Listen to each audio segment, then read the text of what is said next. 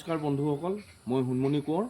আজি মই আপোনালোকক এটা বেলেগ ধৰণৰ প্ৰজাতিৰ কপৌ ফুল দেখাবলৈ লৈ গৈ আছোঁ। আৰু ইয়াক অসমীয়াত নাচনী কপৌ বুলি কয় আৰু ইংৰাজীত ডেন্সিং লেডি অৰ্কিড বুলি কয়।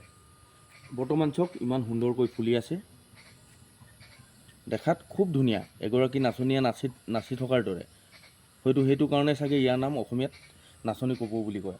আৰু ইয়াত মই দেখাইছোঁ চাওক কলিবিলাক ইমান সুন্দৰকৈ পৰিছে। কিছু দিনৰ পিছতে চাগে ইয়াৰ পৰা আকৌ নতুনকৈ ফুল ওলাব। যেতিয়া মই আনিছিলোঁ ইয়াক মাত্ৰ এডাল আছিল আৰু বৰ্তমান ইয়াৰ পৰা বাঢ়ি গৈ ইমানখিনি হ'লগৈ। আৰু ইয়াক ৰুবৰ কাৰণে আপুনি যিখিনি মাটি দৰকাৰ, যিখিনি পটিং চইল হয়, সেই পটিং চইলখিনিত আপুনি কোকোপিট, এঙাৰ টুকুৰা আৰু ইটাৰ টুকুৰা, তাত অলপ কেঁচুসাৰো আপুনি ব্যৱহাৰ কৰিব পাৰে। আৰু সেই সকলোখিনি ভালদৰে মিক্স কৰি এটা পটত আপুনি ৰুই দিব পাৰে। মই কিন্তু ইয়াত এই পটটোৰ ভিতৰতে এটা নাৰিকলৰ খোলা আছে, সেই খোলাটোৰ ভিতৰতেই এই পটিং মিক্সখিনি সুমিয়াই তাৰপিছতে ইয়াক ৰুইছিলোঁ। আৰু বৰ্তমান ই দেখাত অতি শুৱনি হৈ গ'ল। এয়া চাওক, ধন্যবাদ।